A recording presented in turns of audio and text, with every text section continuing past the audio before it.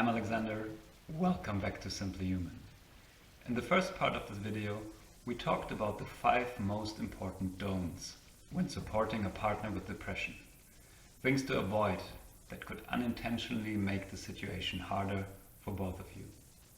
Now in the second part, we're going to shift focus and explore the 10 do's, the positive, practical steps you can take to support your partner in a way that helps you navigate this challenge together. Let's dive right in. First, just listen.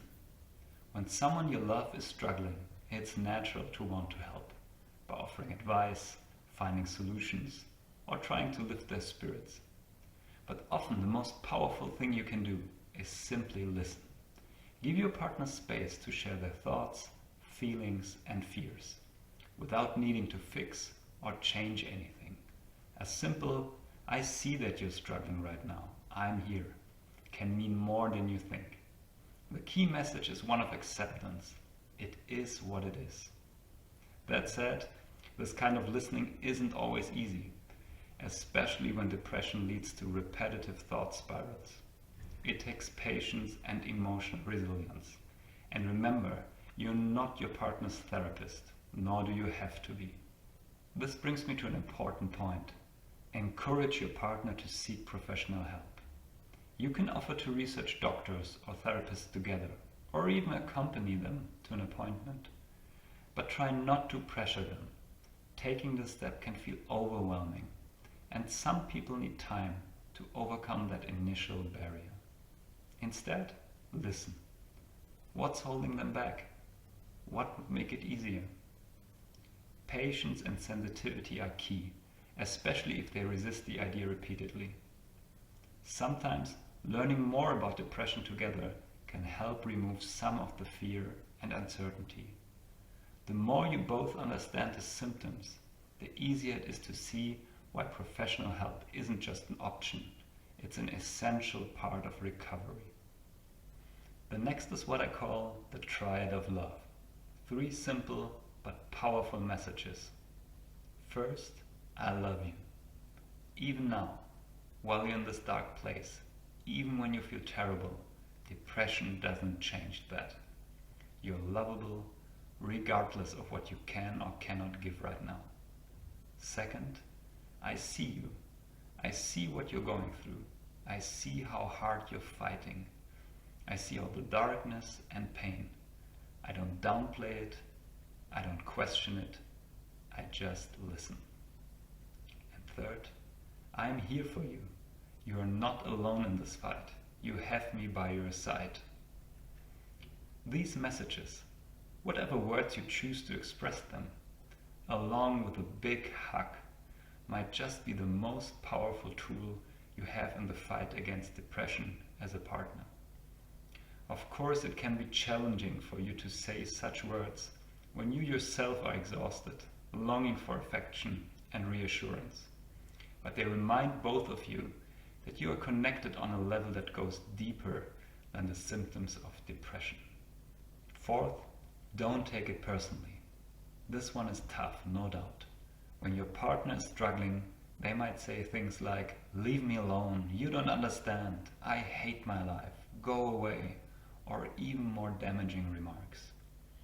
Hearing those words can be deeply hurtful, and the constant negativity may feel overwhelming. But try to remind yourself in those moments, it's not about you, it's about their depression. It's not your partner speaking, but the illness.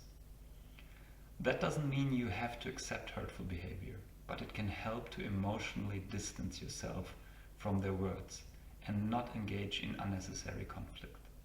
The more you recognize that their reactions come from pain rather than personal rejection, the easier it will be to stay grounded and supportive.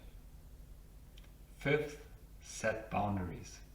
Your partner's depression is real, but that doesn't mean you have to tolerate everything. It's okay and necessary to set boundaries. A loving but firm reminder like, "I know you're struggling, but I don't want to be spoken to this way," or "It hurts me when you say that," can help reinforce that, despite their illness, They are still responsible for their words and actions. Often people with depression don't realize how their behavior affects others, and sometimes they're even shocked by their own words. Setting boundaries isn't about punishment. It's about maintaining a healthy, respectful dynamic for both of you. 6. Reduce stress. Stress, whether from work, family life, or daily responsibilities, is a major trigger for depression. Even small tasks can feel overwhelming for someone struggling with it. You might be able to take over certain responsibilities or work together to create structures that make everyday life more manageable.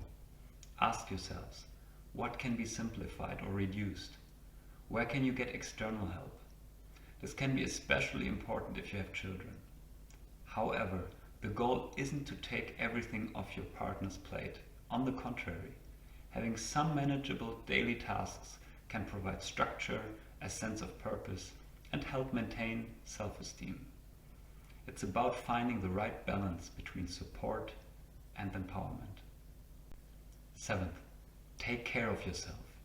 Depression can feel overwhelming, not just for the person experiencing it, but for those around them too.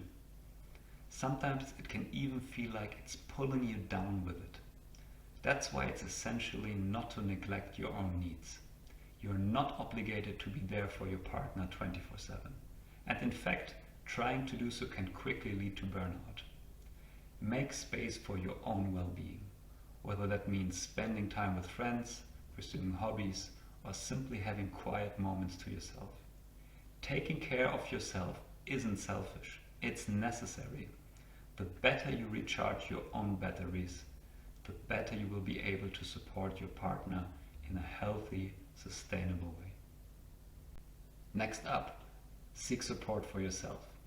Seeking support from a therapist or a support group for loved ones can be incredibly helpful. A therapist can provide you with guidance on how to set healthy boundaries, communicate effectively, and manage your own emotions. Support groups offer a space where you can connect with others who are going through similar experiences, helping you feel less alone. Being able to share your thoughts, feelings, and fears with people who truly understand can be a huge relief. Remember, you can only support your partner effectively if you also take care of yourself. Another key step, develop an early warning system together. Depression often creeps in slowly, and sometimes the person affected doesn't even realize they're slipping back into it. That's why it can be helpful to create an early warning system together. Sit down with your partner and make a list of warning signs that might indicate they're heading into a depressive phase, such as increasing irritability, impatience, constant fatigue, or withdrawing from hobbies they usually enjoy. Then agree on what to do in such situations. What has helped in the past? Therapy sessions, regular exercise, sufficient sleep, fresh air, or reducing stress. Write down these strategies, put the list in an envelope, and keep it in a place you both know. You might even include a photo of the two of you, or something else meaningful. Sometimes I ask my clients to write a letter to their future depressed self. You can do that too. Hey, if you're reading this, you're probably not feeling great right now. I just want to remind you, I love you. You're not alone. Remember the Triad of Love? Something along those lines can be a source of comfort and a reminder that even the darkest phases will pass. Last but not least, nurture hope. Depression is a tough challenge, but the good news is that there are many well-researched, effective treatments available today. While there's no instant cure, even small improvements can make a difference, and they're often felt sooner than you might expect.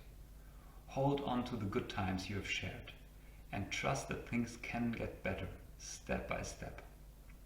Most importantly, remember this: the person you love is still there. Their love for you hasn't disappeared, even if they struggle to show it right now.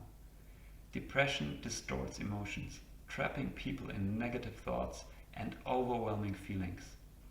Sometimes they shut down completely, seeming distant or unloving. But that's the illness, not them. Celebrate the small victories, because they matter. A short walk, an open conversation, a shared moment of laughter. These are real milestones. And above all, remember, getting through this together isn't just about survival. It's about strengthening your bond, deepening your connection, and holding on to the love that keeps you together. At the end, I have 2 book recommendations for you. I Had a Black Dog and Living with a Black Dog by Matthew and Ainsley Johnstone. Through powerful, sometimes humorous illustrations, these books offer deep insight into what depression feels like, its typical symptoms, and, especially in Living with a Black Dog, how partners can provide support without losing themselves in the process. They are a great reminder that you're not alone. You'll find links to both books in the description of this video. Do you have personal experiences with loved ones suffering from depression? Or maybe you have your own insights or questions about what really helps in these situations. Feel free to share your thoughts in the comments. I'd love to hear from you.